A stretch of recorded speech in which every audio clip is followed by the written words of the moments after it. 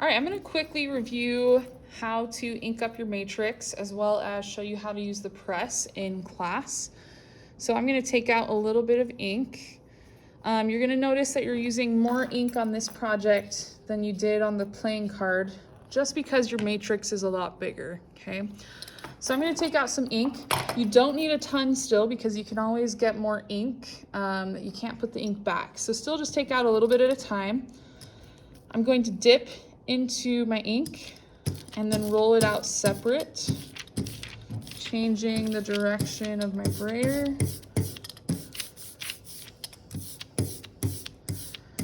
You're looking for two things. Remember, you're looking for the texture and the sound. This is a little bit heavy, but since it's a bigger matrix, we'll start with that much. You're gonna roll it onto the matrix. And on this project, you're gonna wanna ink it up in several different directions. You're also gonna notice that you'll have to get more ink from here than you did on the card. Again, just because it's a larger print and it takes a little bit more ink. Make sure you hit the edges really good. I always kind of run off the edges just so I make sure I go clear to the edge. Whenever I think I have enough ink, I might go over it one more time and I'm gonna ink it up in the same direction.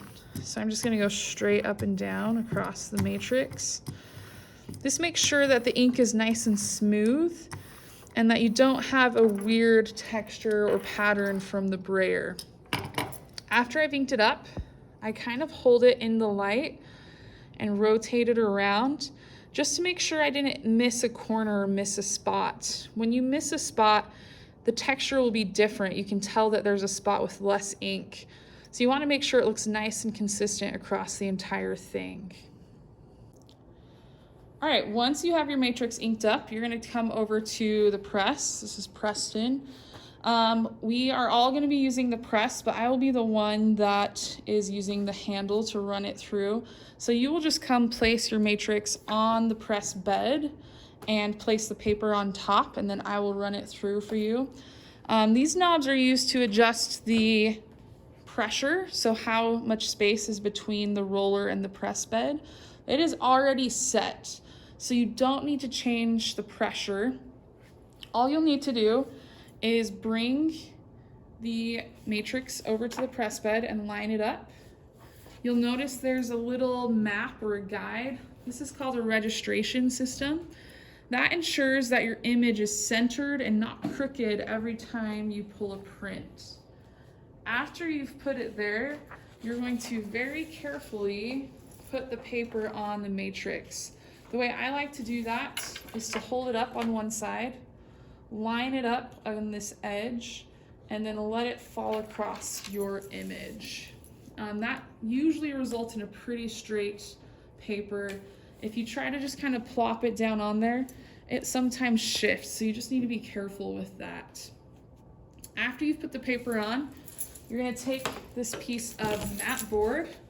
This is called a tympan. So what it does is it goes on top of your image. This roller has a texture on it. So if you don't use this, it prints these lines on it and the texture goes on your print, okay? After that, you want to hold your matrix and I will turn the handle. Once it catches, you'll want to move your fingers because again, you don't want your fingers going through with that much pressure. And you rotate it through all the way. And you can feel the difference in pressure between when it's under the roller and when it's not. After that, you make sure you're in the frame. Shift over here.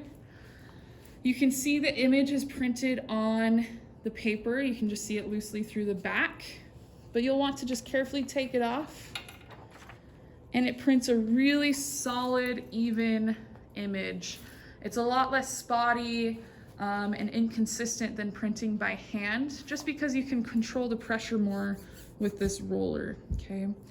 So you're gonna do that, and you want, again, 3 prints that are the exact same. So you have to ink the exact same, print the exact same, and make sure it's lined up every single time.